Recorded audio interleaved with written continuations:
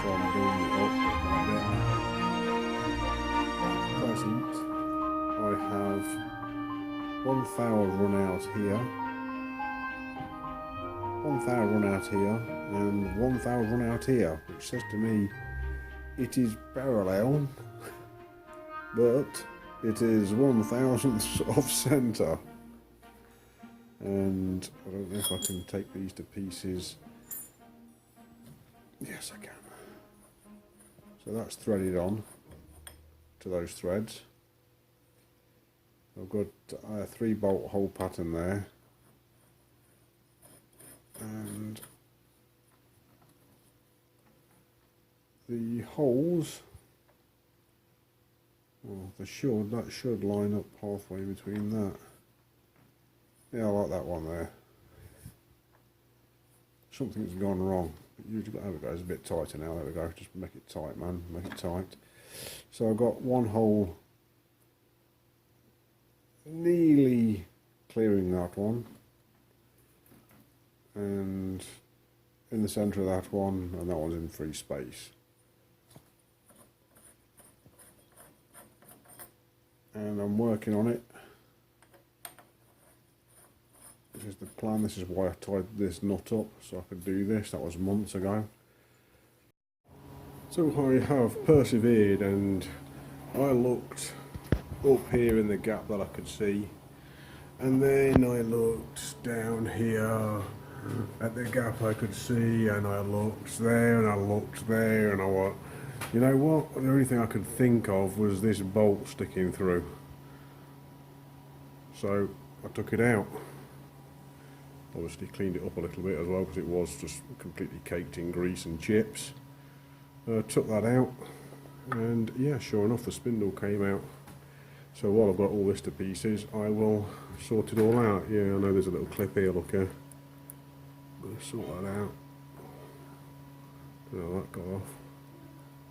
It's obviously broken, I'll get a new one. So I've got it stripped down that far. A bit of a pain in the arse getting in that far, but just took my time.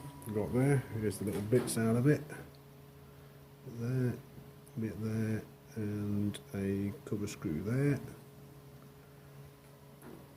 So I'll clean all those up. That was just black grunge, you couldn't really tell what it was. And I've just cleaned it all up a bit with a rag. Here is the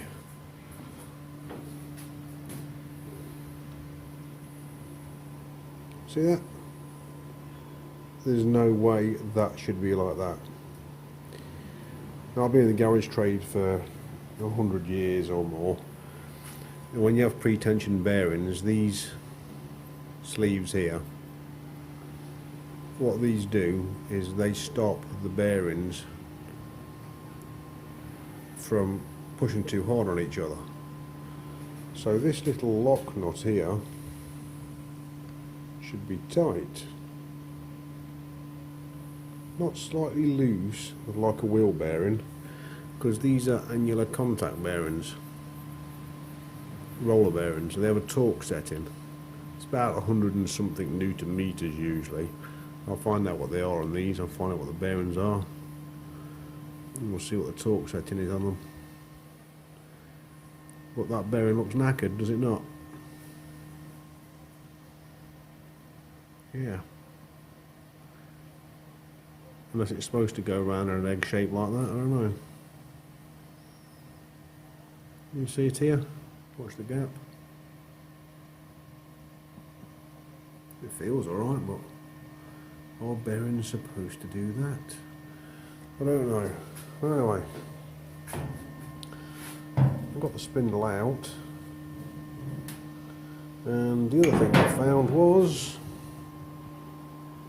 there's no keyway in there, so yeah, it's missing, like it's been taken out. Might still be in there. So to get those bearings off might be a bit of a pain in the backside. I can only but find out. So I cleaned it up a little bit. I've decided the nut is going to come off with the bearings. So I've decided the nut is going to come off with the bearings, as I had it in the wooden thing and pelted it with a leather hammer a little bit and nothing really happened. The other thing I noticed was there's side play like this. There. Massive amount of side play just on one side, so it's worn quite a lot. I don't know if you noticed, I stripped down the inverter and it's a lot quieter now. Pushing out 60 watts at the moment ish. Like 50 watts, 43. And I don't know if you can see that through there. Is my finger going to show up? No, not really. So that's lined up well. That's lined up well. And that one, get it in there. Lined up well, look here. It's a bit hard to tell. Consistent. And the way I did that was there was a gasket in it. The gasket was here. And what that gasket has done is allowed me to push the two casings further together so the reader is closer to the pickup. Whatever. The scale's closer to the pickup. It used to fluctuate 100,000, 2.54 mil. You did that too many times, but I think I've sorted it now. So it's not perfect. 0. We've got 1.14 and 2.64, so it's not perfect. It is not perfect. But they're saying that. I haven't welded these parts on here yet. So that's going to get welded there to match this welded part. And that's going to get welded around about there somewhere. And obviously these three holes will have to line up to the 3-4 mil reamed holes exactly, and then I'll put some spots here, here and here on this one, tack that one on. This one's less critical, this one's the most critical one, it's got a good strong weld on it. This one here, I'll put 3, maybe 6 tacks on this one, weld it all up. Then a mandrel, we'll screw this onto a mandrel, nice and tight. Probably put the 3 bolt holes into the mandrel and tighten it onto the mandrel so it's nice and flat and tight onto it. I don't know yet, I ain't decided. And then we will make the brass end, I think, the arse, face this off, put the land on this, sandwich the disc, I think, put the brass end on, which I'm going to make for this now, make a centre plug for it, lightly skim a centre on the brass plug where it's all bolted up, put the centre plug into it, put a centre into it, and then true this up.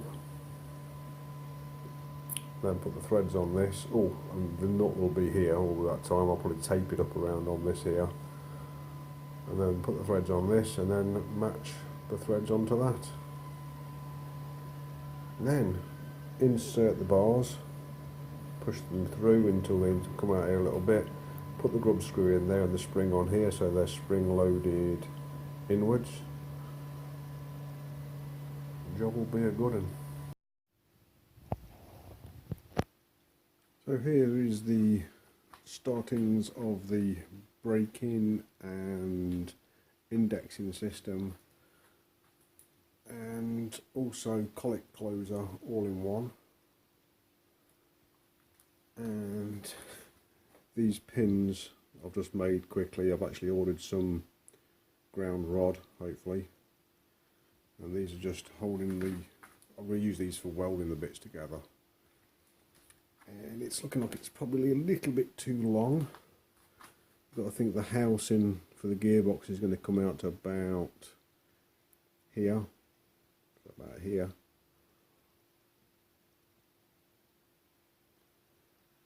But it's okay for mock-up.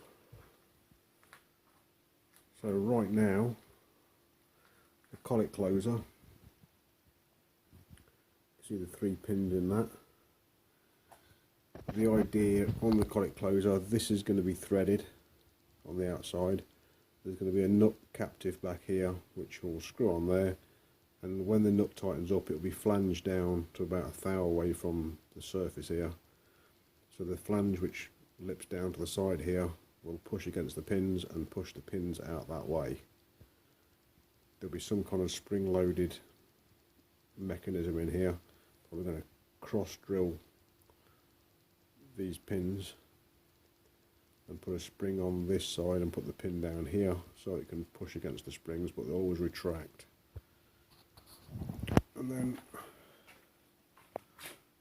on this side, I'll take the thing off. So you've got the 6 bolt holes there.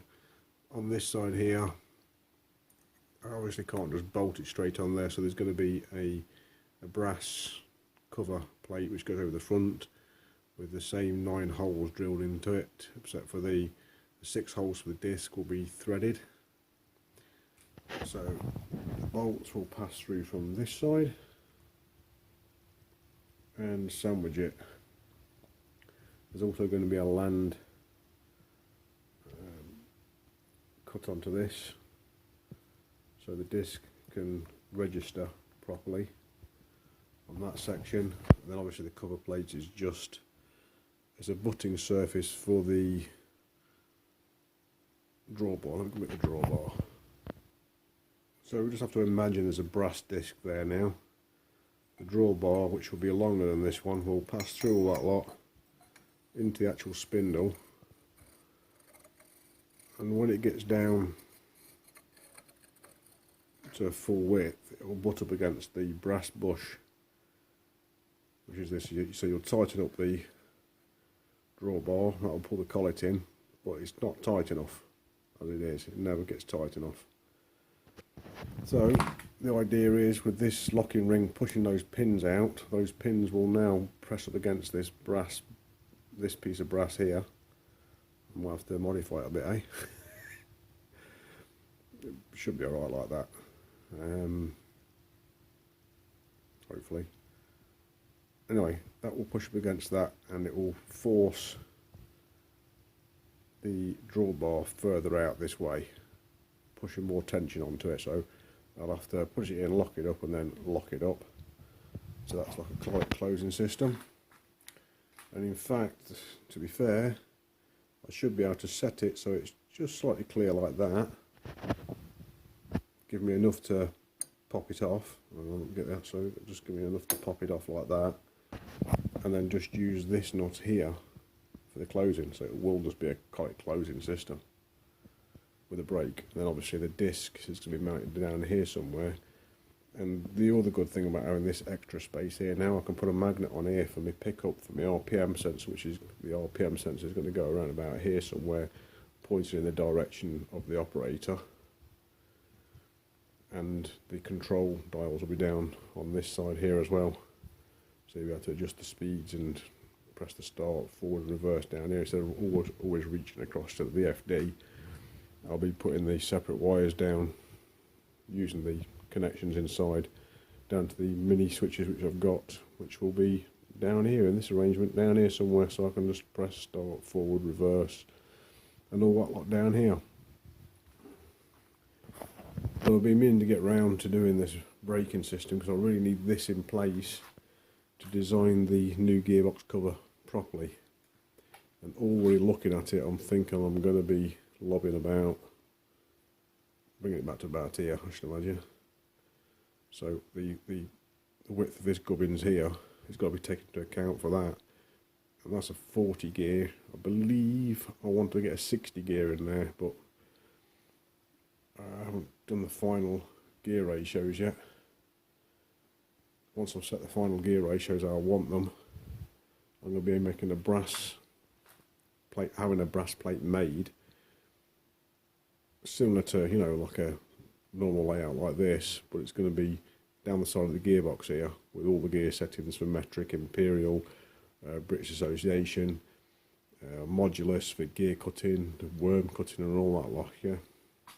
So I don't know how wide that plate will be, but there'll be text all the way down here with all the different settings for what gears are inside that gearbox.